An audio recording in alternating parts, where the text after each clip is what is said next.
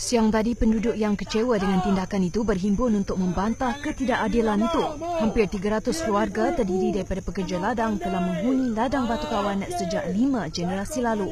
Sebelum ini, lebih 100 keluarga telah menerima pampasan dari Kerajaan Barisan Nasional terdahulu dan berpindah. Namun, kira-kira 200 orang daripada 20 keluarga masih menetap di ladang. Mereka menerima kejutan apabila menerima notis mengosongkan ladang dalam tempoh seminggu daripada pihak pemaju.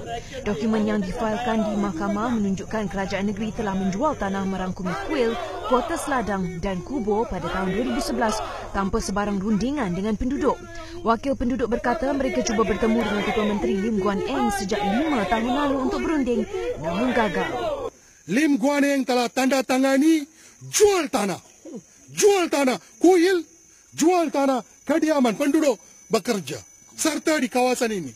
Tetapi sebelum mereka jual tanah ini, sepatutnya seorang ketua menteri, seorang bertanggungjawab akan bincang tentang kuil, penduduk, pengundi dan selesai masalah dulu. Kemudian hari nanti jual. Tetapi mereka tak berunding apa-apa. Jelasnya penduduk ladang sedar bahawa ia bukan tanah milik mereka. Namun, sebagai penghuni yang tinggal sejak turun-temurun, mereka menuntut budi bicara pampasan rumah kos rendah secara sewa beli. Desakan juga dibuat supaya kuil yang memiliki nilai warisan sejarah dikekalkan.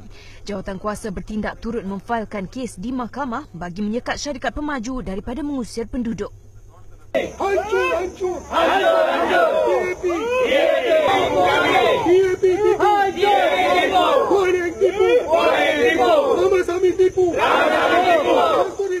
Tipu! Sekaligus Pakatan Rakyat tipu! Kata rakyat tipu!